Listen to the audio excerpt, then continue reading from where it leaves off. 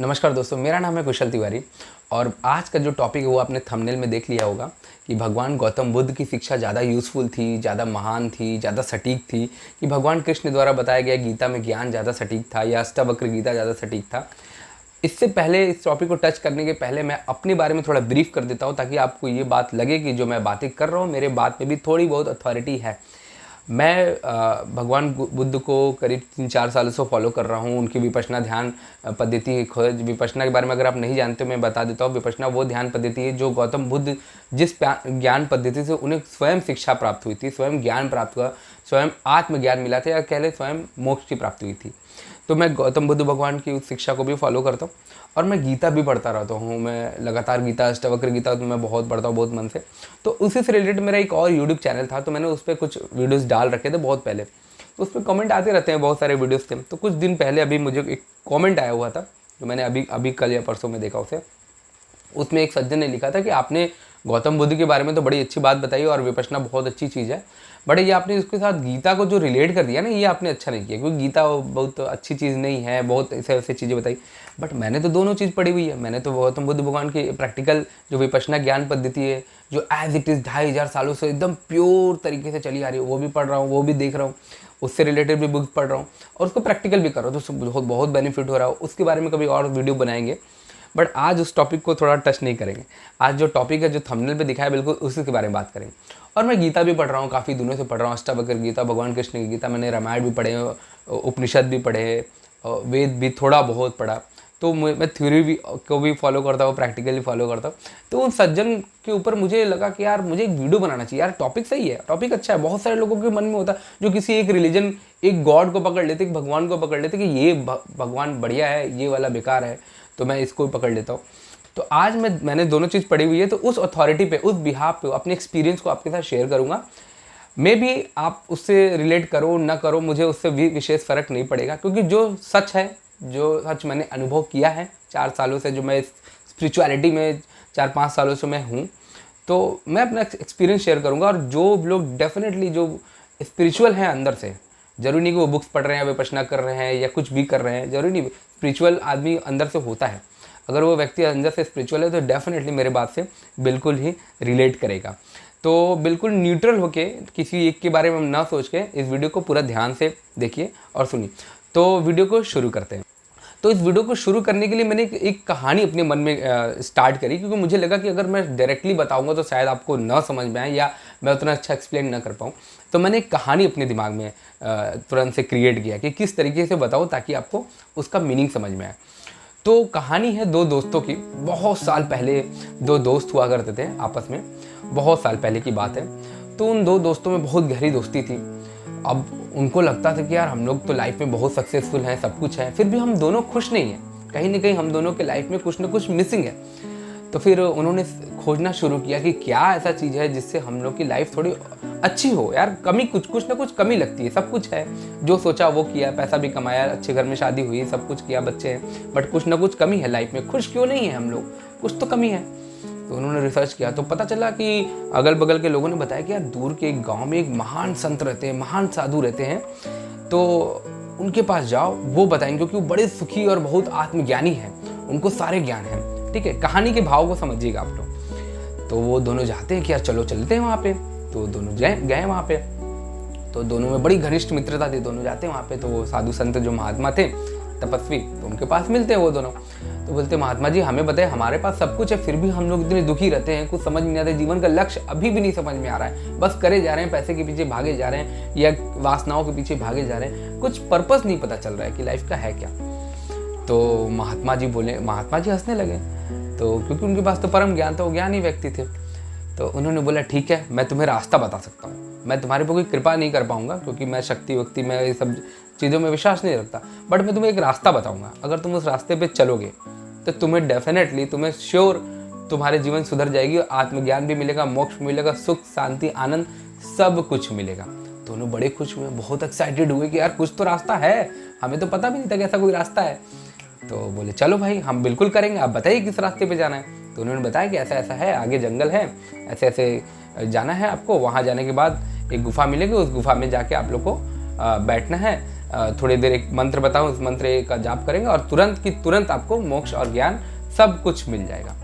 लेकिन आपको उस जगह पे जाना है जहाँ मैं बता रहा हूँ, ठीक है। वो जगह का बहुत महत्व है, इस मंत्र और इसका कोई महत्व नहीं, उस जगह का महत्व है। तो लोग बड़े एक्साइटेड हुए, बोले ठीक है। घर पे आए दोनों, फटाफट से अपना बोरिया बिस्तर पैक किया, घर में बताया कि हम लोग जा रहे हैं, हम निकल रहे हैं। काफ़ी लंबा रास्ता था, काफ़ी दिन लग जाते जाने में। जाते जाते जाते गए वो लोग, काफ़ी आगे गए। आगे जाने पे पता चला कि एक जगह ऐसा आया काफ़ी दूर जाने पे कि वहाँ पे रास्ते दो अलग अलग हो गए। दो रास्ते एक ही जगह पे, दो अलग अलग रास्ते हो गए। अब दोनों बड़े कंफ्यूज कि यार गुरुजी ने तो ऐसा कुछ बताया नहीं, तो बोले बस चले जाओ, वहाँ पहुँच जाना। अब यहाँ पे जंगल में दो रास्ते, अब हम लोग जाए तो जाए कहाँ। तो वहाँ पे एक व्यक्ति था, बूढ़ा व्यक्ति, वो भी बहुत सुखमय, बहुत आनंदमय व्यक्ति था। तो उससे उन्होंने पूछा कि भैया हम लोग को ऐसा ऐसा जाना है, ये रास्ता है और यहाँ से तो रास्ता कट गया है, हम लोग को यहाँ लोकेशन है, इस लोकेशन में जाना है। तो व्यक्ति बोला कि देखिए भैया, ये जो आप रास्ता देख रहे हैं, ये रास्ता भी जाएगा वहाँ पे और ये रास्ता भी वहाँ पे जाएगा, ये दोनों जाएगा। बस फ़र्क ये है कि इस रास्ते के साथ जाएंगे आप सीधे तो आपको जंगल मिलेंगे, पेड़ पौधे मिलेंगे, ये भी रास्ता बहुत सुंदर है, बहुत बढ़िया रास्ता है, झरने मिलेंगे, बहुत सुंदर रास्ता है। इस रास्ते से जाएंगे, पहाड़ मिलेगा, बर्फ़ मिलेगा, वादियाँ मिलेंगी, सुंदर सुंदर दृश्य मिलेगा, ये रास्ता भी अच्छा है। तो दोनों से आप जा सकते हैं, लेकिन हाँ, दोनों जाके एक ही जगह पे मिलेगा, इस बार में आप श्योर रहिए। अब ये दोनों बड़े कंफ्यूज हो गए कि यार ये भी जा रहा है, ये भी जा रहा है, इस बात पे विश्वास करे कि ना करे। दोनों बड़े कंफ्यूज। एक दोस्त बोला मैं इधर से जाऊंगा, एक दोस्त बोला मैं इधर से जाऊंगा। तो दोनों आपस में लड़ पड़े। दूसरा वाला बोल रहा है कि नहीं तू भी इधर से चल, पहला वाला बोल रहा है नहीं तू भी इधर से चल। खुद दोनों नहीं जा रहे। पहले ने बोला नहीं मैं इधर से जाऊंगा और तू भी इधर से चल, दूसरा बोला नहीं मैं इधर से जाऊंगा तू भी इधर से, क्योंकि मुझे पहाड़ की वादियाँ बड़ी पसंद है। पहले ने बोला नहीं मुझे जंगल झाड़ियाँ ये सब बहुत पसंद है, ये सब जो झरने वरने मुझे बहुत पसंद, तू इधर से चल। दोनों के टेस्ट अलग अलग, तो बड़े कंफ्यूज, दोनों नहीं बढ़ रहे आगे। दोनों ने एक एक झंडा गाड़ा, एक एक कुटिया वहाँ लगा दी कि जब तक हम दोनों अग्री नहीं होंगे, एक बात पे सहमत नहीं होंगे कौन, तब तक हम लोग इसी मोड़ पे रहेंगे। दोनों आगे नहीं बढ़ रहे, दोनों एक एक मोड़ पकड़ के बैठ गए उस वहीं पे। गांव में हल्ला होगा कि इस तरह का कोई बात है भाई, एक महान संत से दोनों ने गुरु मंत्र लिया हुआ, आगे जाके दोनों को मोक्ष और परम ज्ञान मिलने वाला है, बट दोनों आगे नहीं बढ़ रहे। गांव के लोग जुड़ते गए, जो कुछ लोग इसकी बात से सहमत हुए, कुछ लोग उसकी बात से सहमत हुए, दोनों अलग अलग बातों से सहमत हुए। कुछ बोले नहीं यही रास्ता सही है, कुछ बोले नहीं वही रास्ता सही है। बढ़ कोई नहीं रहा। लाखों करोड़ों की भीड़ इसके तरफ भी होगी, लाखों करोड़ की भीड़ इसके तरफ भी होगी, इधर भी लोग इसको, अब इसके फॉलोअर भी बढ़ गए, इसके फॉलोअर भी बढ़ गए, दोनों के फॉलोअर बढ़ गए। कुछ बोल रहे नहीं यही रास्ता सही है, नहीं यही रास्ता सही है, मेरा वाला सही है, ये बोले नहीं मेरा वाला सही है। दोनों आपस में लड़ पड़ रहे हैं, नहीं मेरा सही है, नहीं मेरा सही। बढ़ कोई नहीं रहा, ठीक है। उनमें से कुछ 100 लोग, 150 लोग गिनती के आगे बढ़ रहे हैं। कुछ इधर से भी बढ़ रहे हैं जो दोनों की बात नहीं सुन रहे हैं कि चल यार अच्छा तू बोल रहा है इधर वाला, चल मैं इधर ही सुनता, मुझे ज्ञान तो मिलेगा। कुछ इधर से ही बढ़ रहा है। सोचिए लाखों करोड़ों में से कुछ 100 लोग, मतलब समझ लीजिए कि पॉइंट डेसिमल में इसका आप मतलब नंबर्स होंगे, वो बढ़ रहे। कुछ इधर से बढ़े, कुछ इधर। जो बढ़े उनको वाकई में इधर से जो बढ़े उनको भी ज्ञान मिला, जो उधर से बढ़े उनको भी ज्ञान मिला, वो दोनों सही जगह पहुंच मिला, वो मुक्त हुए, मोक्ष को प्राप्त हुए। लेकिन जो अरबों करोड़ों की संख्या इधर बैठी रही, इधर के टेंट पे और इधर के टेंट पे, उनको कुछ नहीं मिला, वो लड़ते ही रह गए, वो आगे नहीं बढ़े। कहने का भाव समझिए, कहने का मतलब है कि बुद्ध भी महान, कृष्ण की गीता भी महान, अगर आप उसको फॉलो करते हैं, अगर आप उसमें रमते हैं। कोई भी महान व्यक्ति कोई कम्युनिटी नहीं बनाता, कोई भी महान संत, महान भगवान कोई अलग से धर्म नहीं बनाता। धर्म एक ही होता है, उसको बनाता नहीं, उसको इंसान बनाता है। धर्म इंसान बनाता है, उसको करना कुछ नहीं, ना उसको गीता पढ़ के गीता के रास्ते पे चलना है, ना उसको बुद्ध को फॉलो करके बुद्ध के रास्ते पे चलना है। बस बुद्ध को पकड़ के लटक गया है, नहीं ये मेरे हैं, ये मेरे हैं। किसी ने गीता को पकड़ या कृष्ण को पकड़े, नहीं ये मेरे। चलना ना बुद्ध वाले को ना कृष्ण वाले को। तो बुद्ध और कृष्ण दोनों महान है। ऐसे हजारों संत, बुद्ध के पहले भी कितने बुद्ध हुए, कृष्ण की तरह तो खैर कृष्ण भी हैं, लेकिन और भी बहुत सारे होंगे कृष्ण की तरह उनके, और बहुत सारे महान साधु संत हुए। ना उन साधु संतों को कोई फॉलो करता है, ना बुद्ध को कोई फॉलो करता है, लेकिन लड़ते सब है कि मेरे तो कृष्ण, मेरे तो राम, मेरे तो बुद्ध, मेरे तो जैन। भाई चलो तो जो उन महान कृष्ण ने, उस महान बुद्ध भगवान ने जो बताया है उसको फॉलो आपको करना नहीं। आप वीडियो के नीचे कमेंट करोगे, आप कहीं जाके किसी लड़ोगे, किसी से झगड़ोगे। जिस बुद्ध भगवान के लिए आप लड़ रहे हो, जिस कृष्ण भगवान के लिए आप लड़ रहे हो, उन्होंने कभी भी हिंसा को कभी बढ़ावा नहीं दिया। वो हमेशा बोले कि हिंसा नहीं करना, सबसे प्रेम, सब में मैं हूँ और मुझ में तुम हो। मतलब इस तरह की बातें उन्होंने करी। और आप लोग क्या कर रहे हैं, हम लोग क्या कर रहे हैं, हम लोग को चलना नहीं, हम एक को पकड़ के बैठ गए, नहीं मेरा तो बुद्ध है, मेरा तो कृष्ण है। तो कहने का मतलब तात्पर्य है कि महान रास्ते अलग अलग हो सकते हैं, मंजिल सबकी एक है, मंजिल सबकी एक है। चाहे वो बुद्ध हो, चाहे वो कृष्ण हो, चाहे वो राम हो, चाहे वो और भी महान संत स्वामी विवेकानंद, रामकृष्ण परमहंस जी हो, योगानंद जी हो, जिनके बारे में मैं जानता हूँ, मैंने नाम ले लिया। और फिर बहुत संत जिनके बारे में मैं जानता भी नहीं, मैंने सुना भी नहीं होगा, उनको भी मैं प्रणाम करता हूँ और वो भी बहुत अच्छी अच्छी बातें बोल के गए। बट जिस दिन हम चलना शुरू करेंगे, जैसे मैं विपश्यना करता हूँ तो उसमें अक्सर लिखा रहता है कि आप चलिए, कदम तो बढ़ाइए, एक्सपीरियंस कीजिए। अष्टावक्र गीता पढ़ता हूँ तो उसमें भी यही बोलते हैं लोग, उसमें भी ऋषि अष्टावक्र ने बोला है कि आपको अनुभव करना होगा, ये बातें थ्योरेटिकल काम नहीं आएंगे, आपको अनुभव करना, एक्सपीरियंस करना होगा। तो कहने का मतलब कि आप इन लोग के पीछे लड़िए मत, आप एक कम्युनिटी से जुड़ के लटक मत जाइए, आप न्यूट्रल होकर आगे तो बढ़िए। ठीक है, आप जिसको फॉलो करो आगे तो बढ़िए, एक्सपीरियंस पे उतारिए, सच क्या है उसको एक्सपीरियंस पे जब उतारने लगेंगे तो आपको किसी से घृणा करने की जरूरत ही नहीं पड़ेगी, आपको सब में प्रेम दिखेगा।